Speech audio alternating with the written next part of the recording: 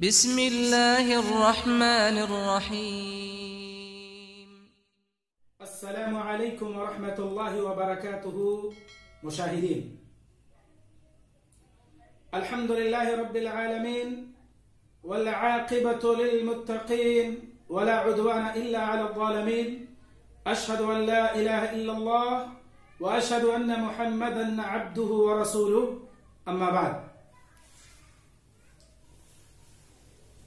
नाज़रीन इकराम, आज 15 अगस्त है।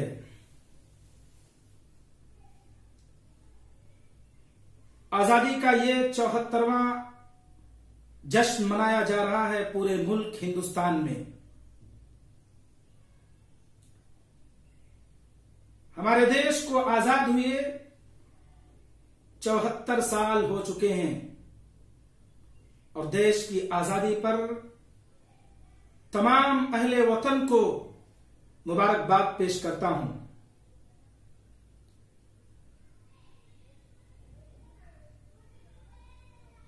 मुअज़्ज़ज़ व मुकर्रम नाज़रीन इकराम, इसी तारीख को सन 1947 में हमारा ये मुल्क अंग्रेजों के जुल्म और सितम से आजाद हुआ था। 1947 15 अगस्त 1947 को। और ये आजादी यूं ही बड़े आसानी के साथ नहीं मिल गई थी, बल्कि इस मुल्क को अंग्रेजों के जुल्म और सितम से आजाद कराने में वतन अजीज के हर एक इंसान का हाथ है।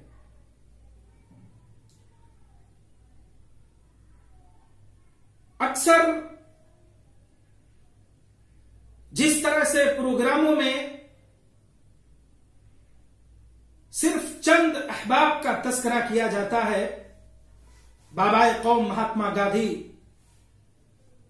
पंडित जवाहरलाल नेहरू, सुभाष चंद्र बोस और इसी तरह से दीगर बड़े बड़े कायदीन मिल्लत, वहीं पर वो वलमा, वो सुलहा जिन्होंने अपनी जान और माल की कुर्बानियां दे दी, बिलखुसूस उलमाए अहले हदीस, जिनका इस मुल्क को आजाद कराने में बहुत बड़ा हाथ रहा है, बहुत बड़ा किरदार रहा है। आज के दिन आज हम उनकी कुर्बानियों को भूल जाते हैं। मैं अपने इस प्रोग्राम के जरिए से आपको यह बतलाना चाहता हूं कि इस मुल्क को आजाद कराने में उलमाए अहले हदीस का क्या किरदार रहा है, उलमाए अहले हदीस की क्या कुर्बानियां रही हैं, किस तरह से उन्होंने अपनी जानी और माली कुर्बानियां पेश करके इस मुल्क को अंग्रेजों के जुल्म और सितम से आजाद कराया। मुसलमानों और उनमें भी जमाते अहले हदीस के उलमा और उसके अफराद का इसकी आजादी में बहुत बड़ा किरदार रहा है।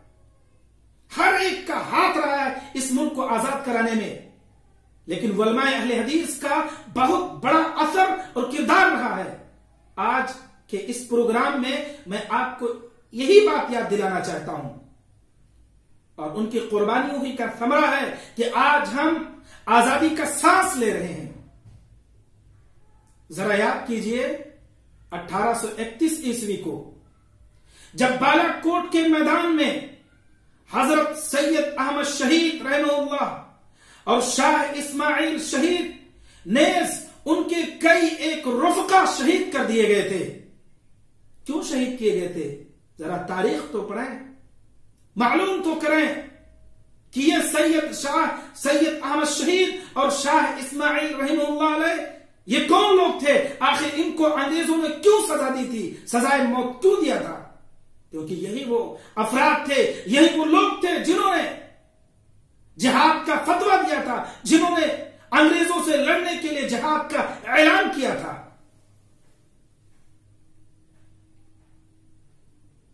वो उलमा इसी तरह से सादिकपुर के रहे हैं उनमें मौलाना अब्दुल हई, मौलाना विलायत अली अज़ीमाबादी, मौलाना इनायत अली अज़ीमाबादी, मौलाना अब्दुल्ला अज़ीमाबादी, मौलाना अब्दुल करीम अज़ीमाबादी, मौलाना नेअमतुल्लाह अज़ीमाबादी, मौलाना रहमतुल्लाह अज़ीमाबादी, मौलाना यहया अली अज़ीमाबादी। अज़ीमाबाद पटना का एक पुराना नाम है। इस सरजमीन ने तहरीके आजादी को बहुत से जियाले अता किए, बड़े बड़े लोगों को पैदा किया इस सरजमीन ने। इसी सरजमीन पर सादिकपुर नामी एक मोहल्ला भी था, जिसके अफराद बहुत ही खुशहाल थे, मालदार थे, इल्म के पहाड़ थे और शोहरत और नामवरी में बेमिसाल थे। लेकिन उन बंदगाने खुदा ने आजादी के खातिर ये सब कुछ कुर्बान कर दिया, सारी दौलत को दांव पे लगा दिया। मौलाना अहमदुल्लाह साहब सादिकपुरी, मौलाना अब्दुल रहीम साहब सादिकपुरी और उनका पूरा खानदान आजादी के भेंट चढ़ गया। आज हम उनको भूल गए हैं। हमें मालूम ही नहीं कि ये कौन लोग थे हमारे हमारी कौम मिल्लत के। इन्होंने हमारे लिए क्या कुछ अंजाम दिया। वो वलबा अज़ीमाबाद और सादिकपुर हैं, जिनके घरों पर बुलडोजर चला दिया गया। पता है क्यों चलाया गया? इसीलिए कि वो लोग थे जिन्होंने अंग्रेजों के खिलाफ एकजुट हुए, मुत्तहिद हुए और जिनसे आजादी का नारा बुलंद किया। इनके मकानात को, इनके गांव को, इनके मोहल्लों को खंडात में तब्दील कर दिया गया। यही सिर्फ नहीं बल्कि बाद में आने वाली हुकूमत ने इन्हें अपनी तहवील में लेकर उस पर सरकारी कॉलोनियां तामीर कर दी। हिंदुस्तान वतन अजीज में ऐसा ही एक हल्का दर्स अलीमुशान हस्ती, नाबग़े रोजगार शख्सियत, शेखुल कुल फिल कुल मियां नजीर हुसैन मुहद्दिस देहलवी रहमतुल्लाह अलैह ने हिंदुस्तान के दारुस सल्तनत दिल्ली में कायम किया और यहीं से मुजाहिदीन की हर मुमकिन कोशिश की। ऐसे ऐसे शागिर्दान पैदा किए कि जिन्होंने दर्स व तदरीस, तसनीफ व तालीफ, तकरीर व तहरीर, दावत व तबलीग के साथ साथ मैदान जिहाद में नुमाया किरदार अदा किया, जो तारीख के सफात पर भरे पड़े हैं।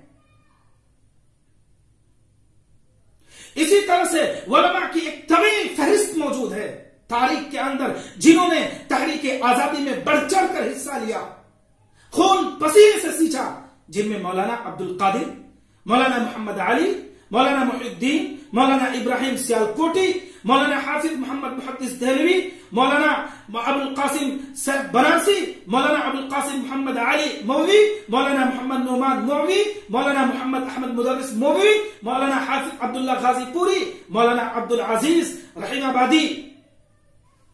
इसी तरह से फुतूही वाला, दिल्ली में पंजाबी अहले हदीस, कलकत्ता में कपड़े और लोहे के ताजिर, मदारिस में काका मोहम्मद उमर, बंगाल में मौलाना अब्दुल्ला काफी, मौलाना अब्दुल्ला बाकी, मौलाना अहमदुल्लाह गाजी शहाबुद्दीन, मौलाना अबुल कलाम आजाद रहीमुल्लाह अलैह खास तौर पर काबिल जिक्र है। लेकिन अफसोस की बात यह है कि जब जब भी 15 अगस्त का दिन आता है, अक्सर हम इन उलमा को भूल जाते हैं, उनकी कुर्बानियों को भूल जाया करते हैं। हमारी ये नई नस्ल अपनी तारीख को भूल रही है। जरूरत इस बात की है कि हम दुनिया के सामने उजागर करें, उन उलमा को सामने दिखलाएं जिन्होंने इस मुल्क को आजाद कराने के लिए बेअंथक मेहनतें और कोशिशें की और अपनी जान और माल की कुर्बानियां पेश की। आज तारीख को तोड़कर मरोड़कर पेश किया जाने लगा और यहां तक कि इन 74 सालों में ऐसी हालत इस उम्मत मुसलमा की बनाई जा रही है कि लगता है कि इस कौम की, इस मुस्लिम बिरादरी का कोई हाथ ही और कोई ताल्लुक ही नहीं आजादी से।